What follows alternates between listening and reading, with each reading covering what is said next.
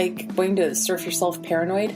Well, okay, when I see that Fiat Chrysler recalls 4.8 million vehicles that could get stuck in cruise control, and my daughter has a Jeep, yeah, I'm going to be looking at this when we're done. Yeah. So, though, my cruise control stops when I hit my brakes, though. Yeah, I know, but obviously there's some sort of screw-up. Okay. It's not doing that. Audi much from the 1980s? Do you remember that whole thing? Yeah, just accelerating, and Honda, or is it Toyota? I don't know. Oh, yeah. I mean, there's always something. The cars have become too fancy for their own good. Oh, I know. Well, now they're going to drive. Yeah. I don't know what I think about that. Sort of like Megan doesn't like the robot sex. I don't like the robot cars. I don't think I'm a huge fan either. Now, maybe if magically everybody got a robot car at once. Sure. But it's not going to be that way. Therein lies the difficulty. Well, speaking of robot stuff, this is not sexually related, but you know how we've got, Siri is for the iPhone, Alexa is the whole, what is that, Google or whatever? Yeah, I don't use them, but yeah. Okay, and then, all right, well, now Bank of America is introducing Erica. Have you heard of Erica? No. It's AI virtual assistant for your finances. So you can ask Erica, hey, do I have any due bills? Hey, can I make payments? If you've ever sent a rogue voice text, which I do regularly, do you want that shit in your bank account? I barely do anything. I mean, okay. Everyone here, okay, you should sit down, not be driving, not do anything, just pause for a moment because I'm about to say something. I write paper checks. What? Yeah. You're so cute. You know what? What? Not once. And since I'm 14 years old and I've had the checking account, has anyone hacked my checking account? Really? I had the same number when I was 14 years old. I haven't had to change my passwords. I haven't had to have my someone got in and got the password because there is no password to a paper check. Yeah, but I mean, every Thursday I sit down and do my bills. My checkbook is perfectly balanced. Yeah. I think twice. Way to kick it old school. Yeah, Colleen. Twice in almost 40 years I've overdrawn it because I didn't take an automatic withdrawal out. Wow. Yeah. Wow. Mm-hmm. Okay. Oh, and by the way, if you're behind me and at a place where I'm writing a check and you get snippy, it takes me 3 times as long to write that check. So guess what, folks? Don't piss off the person writing the check because they have all the power. They're in front of you in line. Okay, but let me just ask you something, though. Mm-hmm. As a longtime, very seasoned check writer, as you clearly are, when you are going someplace and paying by check, don't you pretty much get in position? Oh, yeah. No, I have it pre-filled out before I go. See. I know where I'm going. I don't sign it because I don't want my check, but I know the date's in there. I know what's going through there. Then I have my Cub card tucked in the checkbook. Then nobody's going to be pissed at you, or at least I wouldn't. No. They get all cranky. And then I'm like, oops, I wrote it wrong. What was that again?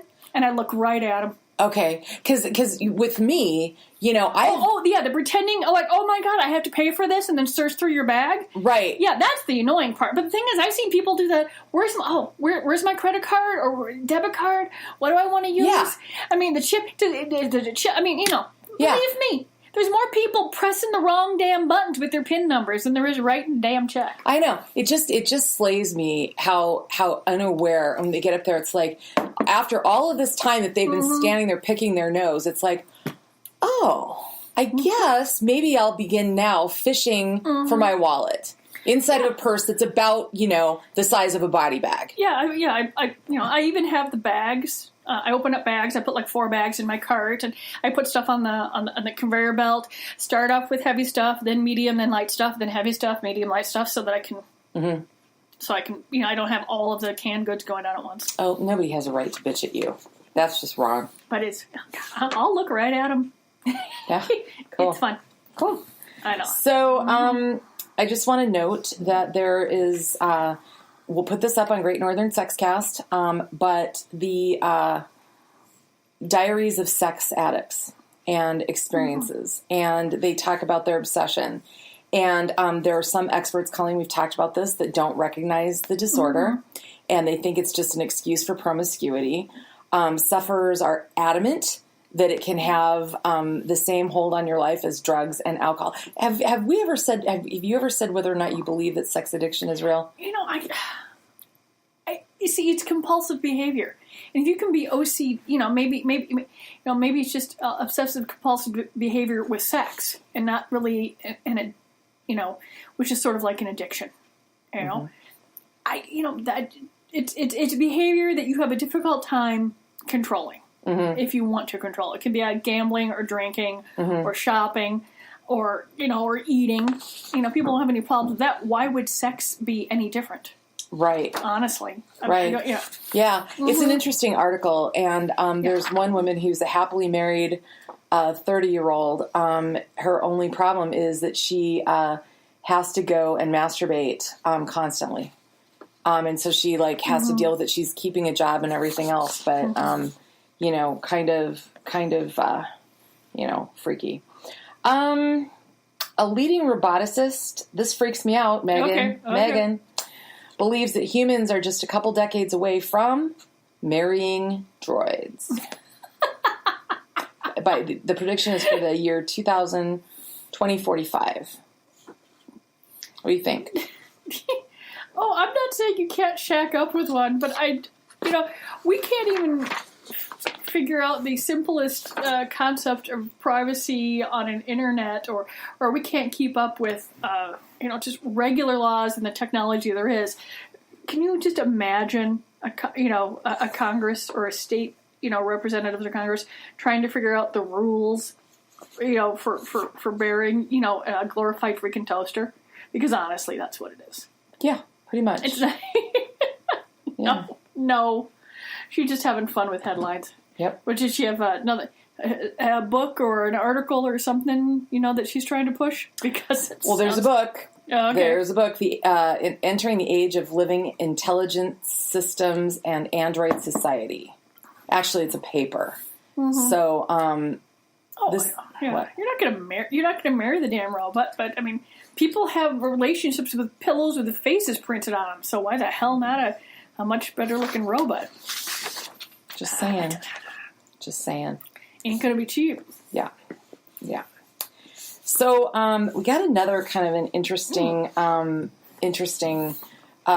idea. The life of the Miss Pamela, the ultimate super groupie. It's kind of, it reminds me of Almost Famous, only more lurid. Yeah, because there was a high amount of innocence to that movie, but but you're also dealing with younger folks in it. You go back at that, like, oh, that person was in it. That person was in it. I know. Yeah, it was actually a great movie. No, I really enjoyed it. Well, and what I loved about it is it was based on a true story. Yeah. I mean, the whole thing actually happened. And the band who it was really based on, right? Oh God, I can't. The Allman Brothers. Okay, yeah. The Allman Brothers. So, I like music, but honestly, that's like a world that it would never occur to me that I would follow a band and then be like, I don't know. It was highly interesting. Yeah. Well, she's got a book. So she was one of Jimmy Page's long-time things, and she says, one time I was on the side of the stage as Jimmy entranced 80,000 fans. From my vantage point, I felt like one of Led Zeppelin. She goes, girls in the audience would look up and wondered which one I was sleeping with, and I was so proud. That's putting an awful lot of self-worth into another human being instead of having your own self-worth. Don't you think? Yeah, I'm just saying. Yeah, I think that's one of the reasons why it's just mind-boggling. I mean, I've never... I remember reading something like in my early 20s or something like that about like fairy tale princess syndrome or something like that there are women that never get their own house or don't do things or don't buy China pattern or don't do it because they're waiting with their life in boxes for their partner, at that point, they were talking about husband, to make their life complete. Ew. Yeah. Well, not you. I mean, like, everybody's entitled to whatever their happy life looks like, but how sad that they're not living until then. I mean, everything is on hold. Yeah. I'm not gonna go out and, I need dishes, but I'm not really gonna go out and buy anything that that's important because I want to wait for it to put it on a registry. Or, it's just, here's a great deal on a house, but I'm not going to get it on my own. You didn't put a kid on a registry. You just went and got one. Yeah, so there's a lot of different, I mean, if you want to do it as a partner, that's fine, but you still need to be, still take care of yourself. You don't put your life on hold while you're waiting for this other thing. You keep going forward. Well, and just, energetically speaking, I don't think that you put yourself in a good space if you don't have how can you be attracted to somebody else if you haven't owned your own space as to who you are? Yeah, I mean, you gotta have an opinion on something yourself. And a want, and then execute something, a desire, and get it. I know. It just was mind-boggling. Mind you, I think I probably read this in the late 80s or something, and a lot of things have changed. It was only about a decade into women being able to buy a house. I mean, when I bought my townhome, the word, I was described as a spinster. What? Yeah. What? It was on the banking papers. It didn't say. What year was this? 1989. They still hadn't changed the paperwork. Oh my God. I looked at it, and I crossed it out, and I put a single person, and we went on. Oh my God, Colleen, you've never told me this. Oh God, it was. I just looked at it and said, "Are you fucking kidding me?" A single person. Was it a bank or? It was at the closing where you're doing all the paperwork. Yeah, but did you get your loan from an actual bank or did you get it from like a mortgage company? Do you remember? Oh God, not a clue. Okay. It's like 30 freaking years ago. Okay. 20 years ago? I don't even know what the hell. 20 years ago, not something. Almost like 30. Yeah. 29. So, yeah. Wow. 40. No, 89, no, 30. 99, God, look at Kelly and Colleen trying to count. 20. Let's get back to the sex talk. Okay. But I'm like, screw that. Oh my God. I don't know what to do with this title, so I'm just going to read it. I love when you do that. Seriously, get your head around this one. Ready? Okay. Polyamorous Tantric Sex Witch runs guided masturbation sessions. Okay, let's dig into Victoria Louise Smith for a moment, shall we? So we unpack a little bit here. Polyamorous, okay, is capable of being in love with more than one person at a time. Yep. Okay. She is also a somatic sex coach, I don't know what that means, and a certified sexological body worker in the UK. Sexological body worker. I could probably go stand on Lake Street and sell my brand, make that my brand. I'm just saying. I don't know. I've been, my daughter's beginning to look at colleges, which means I go onto websites and I look at all of the majors and all the minors, all the stuff that's available. And I've seen some stuff that says human sexuality and all this sort of stuff. Mm-hmm. But I'm pretty sure whatever the hell that was on there. Sexological body worker. Yeah, that wasn't anywhere on anything I've looked at. That word is kind of fun, though. Sexological. Mm-hmm. It's a good word. It is. It is a really good word. It's like, you're going to get a lot of points on Scrabble with that. She's got a bachelor's degree in counseling and coaching. Okay. As well. So I think she's probably made this stuff up because she's probably smart enough to do it. Mm-hmm. So she's working as a tantric sex witch. Now let's see what that is, shall we? What is a tantric sex witch? Like, you could be a tantric sex teacher, but what's... You just like, how many different words? What are the buzzwords, though? I'm exhausted trying to figure out a sentence of this article. But if you want to teach a masturbation class, just say that. Okay, so it's just like when you go to get a new doctor. Like if you go to a clinic, like here in Minnesota, like we have Park Nicollet or we've got Alina or whatever. And like I have to name, I'm in the unenviable position of having to find a new GP, right? Mm-hmm. And there's all these pictures on the walls and how can you freaking tell until you go see them, right? But you have all these different types of personalities to pick from. So if you're going to go get a sex coach or somebody help with sex, now we'll see. Do you want Mr. Smith, Miss Jones, or the Tantric Sex Witch? I don't know. I'm thinking that if the person is named Miss Baker, sexual therapist and masturbation coach, that pretty much says what I need to know. Yeah, and she probably makes a hell of a scone, too. I don't know. I'm just saying. Oh, God. Sorry. This article is really a lot. So we're going to post have it. fun with that later. I know. We're going to post it. This is fun because sometimes I'm like, okay, I've unpacked enough during the show, and this is the one where I'm going to be going, I'm going to read that. I'm going to read that from beginning to end. Oh, you need to read this because, she talks about group masturbation and maybe the witch part's just extra. You know, because all of this stuff sounds like things we've talked about and heard offered as services in other places. But I think maybe the witch part's just maybe just a little more fun. Yeah, I think I come up with a word that starts with A, so you could be higher in, listings. See? W for witch. It's way down there at the get your bottom. Google Plus all dialed in and you're all good. Naked cleaners reveal the seedy truth behind the industry. So these are folks that will a dirty business? I mean, what? You're naked. You're naked and you're cleaning someone's house. And they're paying you 5 times as much as somebody else. Yeah. Okay, this is what... correct? Okay. Yeah, let's just make sure everybody understands what we're dealing with here. So the naked cleaners are speaking out about the sleazy side of the industry. They are paid to do house cleaning, but they feel pressured into providing extras. Really? You didn't think that might be a possibility? If you go into somebody's house and bend over with a feather duster with your junk...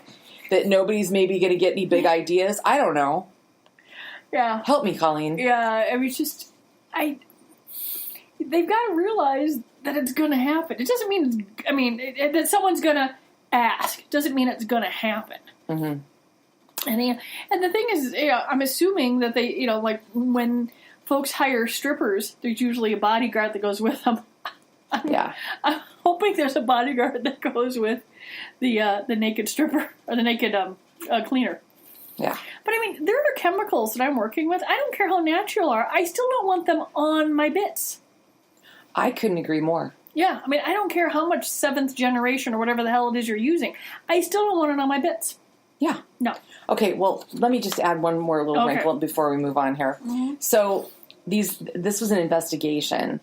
Because all these employees were saying that they were getting hit on and they were told all they had to do was go clean naked, right? Mm-hmm. Well, these companies were clearly offering sessions that were cleaning and then nude plus sessions and, masturbation themselves or others or whatever. So I'm just saying, how do you not know? How do you not know? You would have to think that when you're going into naked cleaning that... because you're in a private house, that it could there's a very large chance that someone could be using it as a front for something else. If you're going to be a naked barista, that's in public, a little more difficult to do anything except the ogling. Yeah. But you're in I want to, because that's would be the the probably the least vulnerable of sex work. You're just nude, But but I'm assuming if you wanted to sign up for someplace, you could find one that that you were okay with the plus part. Oh yeah. But if you're not okay with the plus part, the person who's running it should screen this out. Indeed. So really quick, where exactly did tantric sex originate? Is that India, or is that in the? Oh, I should know this. I know, and I can't believe I don't know off the top of my head. Do you know? Get the Google machine going. Oh, I will Google. Yeah, because it's germane to the next thing we're going to talk about here. So I didn't think about looking. It just came to me right now. It's cancel. Okay. Yeah. Origins of tantric sex. Of tantric, not tantric. Tantric sex. Okay. It's let's see. Tantra is based on sacred text, and it isn't just about sex. The fundamental thing to know about tantric sex is that it's based on a loose collection of religious texts in Sanskrit, known as Tantra, that come from the non-mainstream of Hindu, Buddhist, and Jain tradition. That's, that was from Bustle magazine. So yeah, so I'm gonna go with it. Probably, Googled more than one thing and didn't go to Wikipedia. There you go. Mm-hmm. There you go. Okay, so basically India, because Sanskrit, that's all from that part of the country. The Italians will not be outdone. So now we have Carezza. The new hot sex trend of 2018, brought to you by the Italians, who, despite having the coolest shoes, best fashion, and awesome food, their economy sucks. So they are trying to get into the sex game. So this is the Italian word is it's an orgasm, or rather, a sex session extension technique. Okay, what's the name again? Carezza. It's Italian for caress. So basically, it's a foreplay emphasis, lots of attention. It's basically, they're ripping it off and rebranding Italian because they can charge more. And maybe if they put leather with it, made in Italy. Just saying. They had to. Or, all that fun carnival mask and all that sort of stuff. Mm-hmm. Yeah. Mm-hmm. Okay, bike balls. We talked about bike balls. Yeah, I said so I'm flipping through my social media again, and my friend Christopher posted these. I mean, because you've seen truck nuts, right? They're the metal that testicles that hang down from trucks and cars and stuff like that. It's pretty funny. These are bike balls. They are silicone balls with inside of them are those probably the same technology that goes like into drinks and stuff like that when you have the light up ice cubes and stuff. But these are testicles, and you squeeze them, and it can go on slow and fast, and you hang them from the back of your bike seat. Yeah. Now, I Googled this to make sure it was an actual thing. It is. And you can get them from as low as $3 in some places. And now from the actual site itself, it's like $15. And then, so they said they were improved or something. So there must be a different mechanism. But you squeeze squeeze the balls, the lights go on, and you can be safer on your bicycle. And, it could have been that I've been exhausted from the Burnsville redo. It could be that I may have, did a lot of staining and a lot of other stuff and a lot of cleaning. Maybe it was the fumes. Truck nuts do nothing for me. Squeezing these balls and having them light up on the back of a bicycle made me snort. I just giggled and oh my, and I'm like, I would never, and then I'm like, who would do this? Yeah. How many could this company actually sell? Because I was just thinking that someone was. I just thought maybe someone was messing around and had a silicone mold. No, it's an actual thing, and it was whole. I was giggling. It's fantastic, and they weren't even that expensive. So if you do have, it's just and you can't. I'm assuming from a distance you're not really going to see what they are anyway. It's just going to be flashing because just two little flashing lights inside the silicone. And I'm all about better illumination for pedestrians and bicyclists. Yeah. Yes. But God, it made me giggle. I was like, oh, that's funny. This is such a weird story. Okay. I don't know if I can pronounce the actress's last name. Do you know who Channing Tatum is? Yes. Okay, it's his ex, Jenna Dewan. Is that how I think so. Dewan? Mm-hmm. Okay. She's an actress and a dancer, and she said, as a thank you gift once from Janet Jackson, I got a box of vibrators. She was a backing dancer for Janet Jackson back in the early 2000s, and she got this gift from Janet Jackson, and she says, she was a great boss. She was really nice. She got us, a watch. She gave us all sorts of really nice gifts, but the strangest one was this whole box of vibrators that she called a pleasure chest. And she's like, "What is this?" She said, "My mind was kind of blown." And then she said it was a little awkward, but, everybody just kind of moved past it. But she said she was really weird. And, yeah. My guess is if she's sitting around and she's like, oh, this is hilarious. It wasn't as though it was the only gift they ever got. Mm-hmm. And it's not that she's probably like, well, that looks interesting. And she probably saw that it was, she goes, oh, I know what I can do. Yeah. There's a very good chance that this was a 3:00 in the morning, mm-hmm. Like, oh my God, let's buy this for everyone. Mm-hmm. For God's sakes, they're performers, to some extent and doing all that. And I can't imagine that there isn't an inside joke that is being forgotten or explained on this. Most gifts are. Yeah. Something like that if you're working with folks. Yeah. The watch is going to have an inscription that says something, or there's going to be a sweatshirt that has somebody's face on it because someone made a joke about pizza once, and so that's how that crap works. Oh yeah.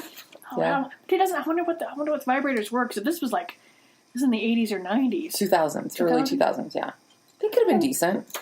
The Rabbit was out by then.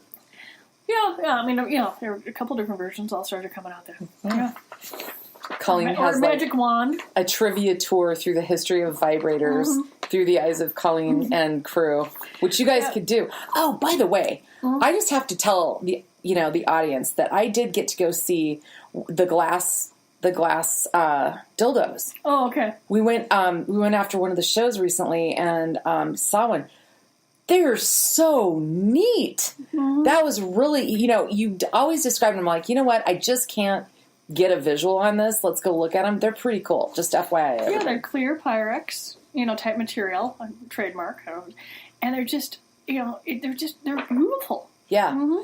I could see those looking like really cool bookends. I would use those if I had books anymore, but I donated them all to the library. Do you have a lot of books around? I got an entire wall of bookshelves. Yeah. I do too down in my basement, but when I moved for a while, I got rid of them all, and it's weird now. I read everything online. No, I went on my last trip, and I bought a few new books, and then I went downstairs, and I went shopping in my own library, and I'm like, well, here's something I haven't read in a while, and I picked up, and one book I picked up, I'm like, why the hell did I pick this up? And I slogged through it, but it didn't go back downstairs. It's on a pile to be donated, or if I'm someone has a little free library on my next block, I might just shove it in that. Yeah. I'm like, oh my God, there's not a sympathetic character in this entire semi-historical novel. I'm like, did I read this? Did I finish it? I mean, I had no memory of this book, yet I own it, and it's downstairs. And now it's going away. Those little free libraries, there's a lot of them by my house and by my cabin. Do you have a lot in your neighborhood? Oh, yeah. Yeah, they're pretty neat. It's such a cool, I mean, honestly, a little oxymoron that library pretty much means free. There are some pay law things and stuff, and medical stuff, but for the most part, but whatever. It's pretty neat. Okay, did you hear about the Indiana girl who sent her boyfriend a snapshot of her prom dress, and he said, text you back, he slut-shamed her. He said, too much skin, get rid of it, and I'll get you a new one. And and she was like, what? And she said, I'm covered up. And he said, no, you look like a slut. No offense. So, God, honestly, I would no longer be dating this person. Yeah. Well, so what she said, she wrote back. She said, I'll stick with the dress and get myself a new man. Bye. Smart lady. Yeah, and some of the currently it is 90-some degrees. Part of my daughter's school is not air conditioned, so if anyone gives anyone shit for anything these kids are wearing, because it's hot, and if you get a gown, how did they not? There's no way in hell. I don't care what this gal was wearing, that she wore anything that was particular. She still has to wear it to her high school. And they do have particular, Yeah. Yeah. So lots of Twitter supporters. I'm sure it wasn't a Harvey. Is it Mackey? Bob Mackey? Bob Mackey. Yeah, I'm sure it's not a Bob Mackey number, so I'm sure it was fine. It was a low back, which if you've got depending on how you're built and everything, those can be just awfully great looking, really great looking. Did we talk about? I couldn't remember this. Okay. About Facebook saying, "Hey, we've got this new idea to combat revenge porn." Did we talk about this, or did I just think you and I talked about it? Does it sound familiar to you? Are you supposed to be able to click on? Was that all the stuff that was popping up a couple weeks ago? No. Is this Facebook actually is doing a test? Oh, okay. And they're doing it's a test over in England. And they're working with the UK Revenge Porn Helpline and other different rights groups around the world. They're going to trial this new tool. Actually, they're going to do a trial in the US, Canada, UK, and Australia. And you upload pictures of your junk, of yourself naked, anything that you're afraid might be made public. Okay, and then they make a unique fingerprint of the photo, and then they delete it from their servers. And that will enable Facebook to identify the image without keeping a copy of it if anyone tried to upload it to Facebook, Messenger, or Instagram, and then they would block it from being posted. So let's just... Okay. So I must not have told you this yet. In theory, I understand that it's preventative. If they see the image, if there's some sort of algorithm that recognizes it, it immediately is blocked. But with everything going on, it's just handing over a naked picture. Preemptively hanging. So I'm just having a hard time even coming up with the idea of preemptively, I can't even say it, handing over your nude pictures. Okay. They will... okay.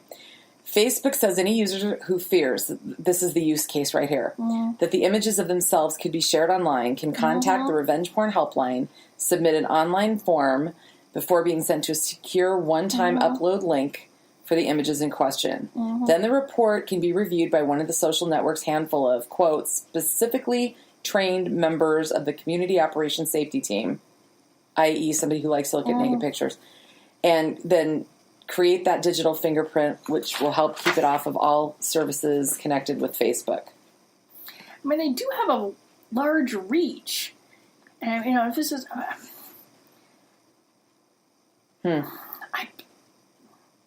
Okay, so this other person named Silky Carlos, she's the director of Big Brother Watch, said, so let me see, Facebook asking women to send nude photos, that's pretty dangerous and deranged. This is the business model where data exploitation built on sharing information with private companies and governments. I don't understand. I mean, you should be able to, if you see one out there, send it to this thing, and then they could do that if it's already out there. But there's the preemptive strike that just blows my mind. I'm afraid people are going to see me naked, so here, let me show people myself naked. Let's just, Yeah. Colleen honestly, is my eyeballs are just, it's like they're trying to search around, turn around inside my head, trying to look at the crevices to see if there's anything about this that makes sense that I'm missing, and I can't find it. Yep. Can't, nope, me cannot neither. find it. So, the LGBT, and if I've forgotten some more of the alphabet soup, I just apologize. Just don't be pissed. I'm trying to, this is the article headline. Double Q, T, there's a couple of them in there. Queer, questioning, trans, yep. They're cheering the Pope. Oh, yeah. The Pope pretty much said, God made your life like this. Yeah, God made you in his image, made you like this. Now, I mean, whether or not this guy's going to get anyone to actually follow along with that, because there's, hundreds and thousands of other folks saying no, but it's a start. Everything's got to start somewhere. Yeah, I mean, there's a really interesting long article about it, and it kind of doesn't surprise me with coming from this. This is a pretty progressive Pope. And that's great, because a lot of people listen to him, okay? I'm not Catholic. Are you Catholic? Well, I used to be. I mean, I was, born that way. Baptized that way. God made you that way. No, did the whole First Communion and First Confession, but not got any farther than that. Okay. I still can sort of stumble around if I'm at a wedding or a funeral that's Catholic. Okay. Yeah. Well, anyway, there's a really good article about it, but I find it really interesting, how he's going to, I mean, they've got a pretty long, storied history of how things are to be, and I'm not saying it shouldn't change. I don't know how it ever would. I don't know. And so we'll see. But at least for now, he's being kind. He's being tolerant, showing tolerance, which is cool. Right? Yep.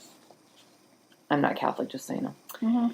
Oh, God. I should have put this closer to the other robot story. Sex robot world domination. Yeah. Yeah, so... Yeah, that ain't happening. But okay. So there's this... There's a couple of different companies that are battling, and the sex tech industry is now estimated, Colleen, are you sitting down? Oh, you are. $30 billion in worth. It's a $30 billion industry. And this is all on the AI, the robot side. This is not even in all the, the more familiar types of things that you saw, okay? And so everybody, it's turning into a huge labor battle. They're fighting for workers, and they're fighting for brand recognition, and they're fighting each other. Is that not just hilarious? Well, it's like that for anything. I wish people would be battling over alternative energy and a bunch of other things, but they'll get there. Yeah. Mm-hmm. Yeah. Well, actually, they are battling in China and Germany and a bunch of other places, just not here. Okay. Mm-hmm. Okay. This is funny shit right here. Okay. It's grad season. Oh, yeah. And how many have you been to so far? Been to one graduation party. I've got a couple next weekend. I've got like 6 or 7 cards in my purse. Okay. Mm-hmm. Yeah. Yeah. You were so funny. I saw you just wishing away the other day, writing your cards. You're so cute. So this guy got 4.79 GPA in his in high school. Which the idea that you can get more than 4.0 is like, whatever. Okay, but that's fine. The kid had just a storied high school career. And so his mom ordered a cake. And she wanted it to say summa cum laude. And the Publix grocery store declared the cum, C-U-M, cum, to be profane and wouldn't make the cake. I saw a picture. Did you see this? They put 3 dashes where the C-U-M. I'm like, oh my God. It's Latin, you morons. Yeah. I looked at this and it's one of those things where I pause. Normally you flip through, you're sitting there, you're like that, and I paused and I looked at it and I looked at it and then I read, and I'm like, okay, I'm not going anywhere near the comments, but then I read the story and I'm just like, once again, I mean, yes, I know that I live in a very different universe than most people, but this is so beyond idiotic. Once again, I sit there and try and figure out how, I mean... I know. You're just like, oh my God. But the kid's got a great story. Well, yeah, okay, can I just tell you what we did to my sister? So, my sister, for the record, is 16 years older than I am, okay? Her 60th birthday a few years ago, she did not want everybody to make a big deal. Like, she was, like, adamantly, like, not wanting anything. And we were meeting her up at a cabin somewhere, and there was a bunch of her extended family, her husband's family there. And I'm like, she can't not be celebrated at least a little bit, right? So Carl and I are like, well, let's get her cake. But if we get her cake, it can't say happy birthday, because that'll piss her off. And that's not what she wants. So we're laying in bed that morning, and I'm like, what can we put on a cake that it seems like we just bought a cake that nobody picked up? Like it was like a leftover cake. You went to the store and this was over in the 50% off thing because nobody they wanted spelled it. something wrong. Yeah. Right. Yeah. That's exactly what we were going for. So we came up with what we wanted it to say.